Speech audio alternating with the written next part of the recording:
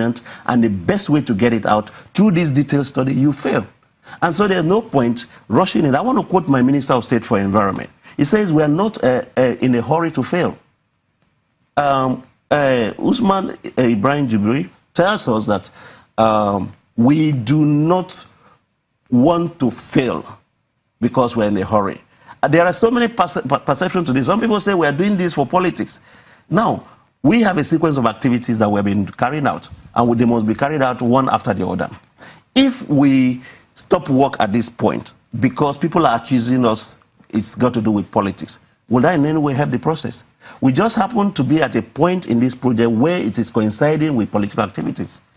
Our work is to stay. In other words, what you're saying is this project is independent of the politics of the country. Certainly independent. It's a project that is designed in sequence, and they have to follow in those sequence, and you cannot jump the sequence. If you jump it, you get it wrong. It's part of the reason this thing you're calling red tapes, because it's very easy for us to, from day one, okay, we've done some, what we think considered sufficient study, and the next day, okay, let's get to the site, because people are saying we should get to the site. But of what use is getting to the site in 3 months when you're going to now sit at the site for another 1 year because you didn't do detailed study? Rather than you take your time, do your work, get to the site, and minimize the period you spend in the site because you've done sufficient planning. When you say take your time, let's look at timelines.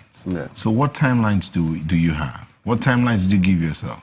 The timeline we have is that by the last quarter of this year, you're seeing the companies in site doing work. That is sufficient timeline, because all the activities... Are you going to meet that target? We are meeting the target. We are on course meeting that target, because all we have been doing from when we started is putting in place all of these processes. We may ensure for you to get to a site, to remediate a site, you have 3 levels of preparation you need to do. You need to do the technical preparation, you need to do the community sensitization aspect, and you need to do the procurement aspect. All of this synchronized at the point. Then you have your company, you have the data from the site, you have the community prepared for it, and then you move into site and get the site cleaned out. We've mapped out 26 sites. At the beginning of this project, I had to go back to Geneva to meet with the UNEP team. And they are a key part of this. United Nations system is a huge support for this project. The diplomatic community have been very, very, very supportive, especially the Foster through the British government. The British government through Foster in Nigeria. They've given us in-house consultants who are giving us top-range support, technical support on the project. We have the United Nations Environment people who are also, we just at the point, the Honorable Minister of State for Environment is going to be signing the MOU with them. We've already signed MOU with UNITA on the aspect of our livelihood training. We are talking to UNOPS, which is the project management arm of the United Nations. So all we are doing has to meet international standard, because it's a project that was started by the United Nations, and we cannot afford to come to Nigeria and do this project the Nigerian way. We will do it the international way, using our best resources, the Nigerian people. And it's an opportunity for capacity development for us as a nation and for a people. And that is why we are taking time because we have to get it right, not because we want to make it slow. Okay. The UN called for emergency actions to ensure communities have access to clean drinking water. I know you talked about you've done a study and all of that. What's the timeline to ensure they have clean drinking water? We advertise for those companies.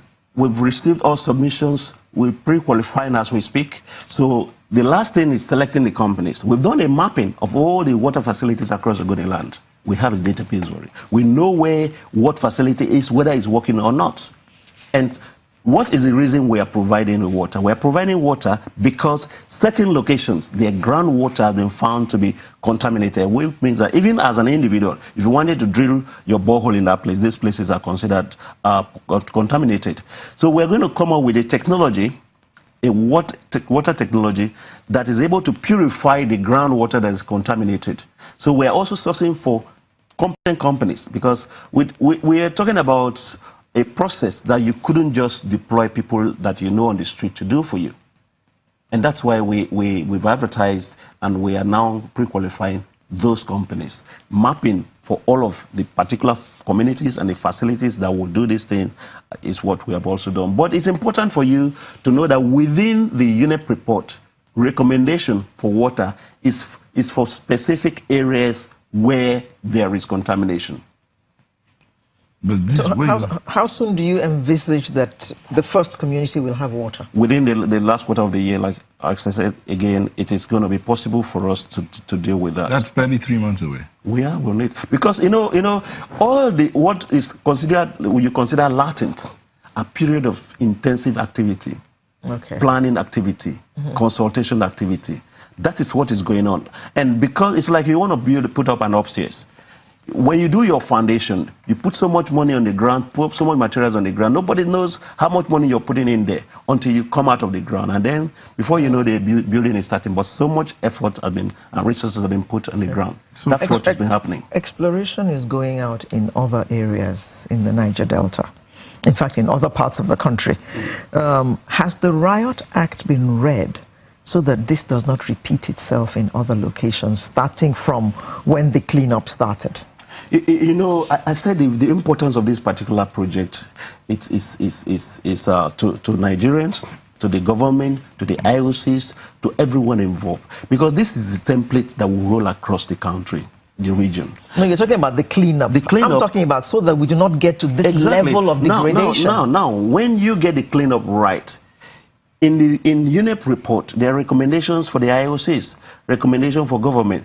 These are the things at the end of this process where we implement. Implementation of UNEP report does not stop with cleanup. It goes into regulation and standards so that we make sure that going forward, certain practices are stopped. We reinvent and we review certain laws to ensure that our activity in terms of oil production has very little effect and impact, negative or adverse impact on the environment. Are those laws being looked at now? We are also talking to the Faculty of Law of the University of Port Harcourt to help us look at some of those laws so that we could give them some more bite. When I say the laws being looked at, you still have to go back to the National Assembly. So is it that the law faculty is helping you look at the laws to analyze what we need to do is that in-house reviewing what is currently available. Yes. Of course, everything will have to go through the National Assembly. But it's important for us to identify the hotspots, to look at key recommendations within the project where we think, according to UNEP report, we could do more. Festus sent in a message here. He says the cleanup between the difference between the cleanup of Mexico, Gulf of Mexico, and Ogoni is force of government. See what he says. BP was made to clean up their mess and find over $20 billion. And he says, I can't think of any oil companies that have been fined and made to clean up the mess in Nigeria. So in talking about the laws and working with the National Assembly or research institutions across the country, different universities, how quickly can we see all of this sorted out? You made the statement at the beginning of this process that this is a multi-stakeholder process. And in getting this done, you will need a multi-stakeholder approach. Okay? There is a technical aspect of it. There is the legislative aspect of it. There is the community relations. There is the sensitization aspect of it. There is the civil society aspect of it. There is the security aspect of it. And then there is the financial aspect of it.